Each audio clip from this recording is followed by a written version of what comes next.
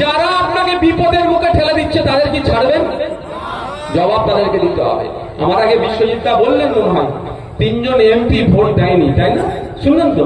কিন্তু ওর থেকে আরো ভয়ঙ্কর হয়ে আছে। কি বলুন তো, যারা ভোট দিয়েছে ওই ওয়াকফ আইনের বিরুদ্ধে ভোট দিয়েছে কি পক্ষে ভোট দিয়েছে জানেন কি করে আপনারা?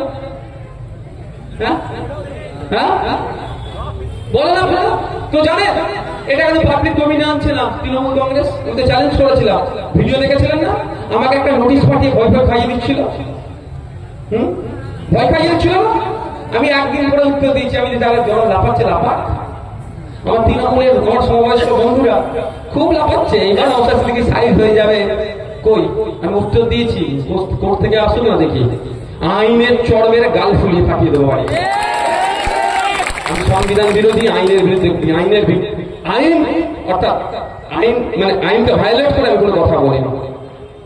কিন্তু আপনাদের বলি, আমি দুটো তিনটে দাবি রেখেছিলাম। একটা দাবি কি ছিল, যে কারা কারা ভোট দিয়েছে সেই লিস্ট পাবলিক ডোমেইনে জমা দেখানো হোক।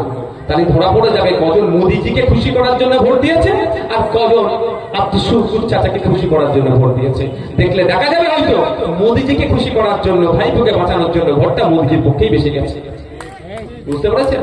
ওই জন্যই তো রাগ হয়। পয়েন্টে পয়েন্টে বলি, ওদের জয়েন্টে জয়েন্টে ব্যথা লাগে আর অনেক মামলা দিয়ে দেয়।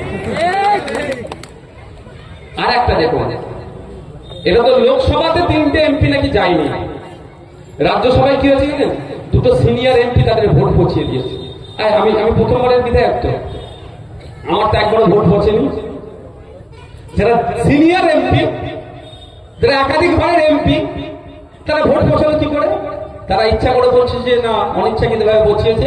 আমি দায়িত্ব নিয়ে বলছি, ইচ্ছাকৃত ভাবে 2টো ভোট পৌঁছিয়েছে। 2টো ভোটটা কম ভোট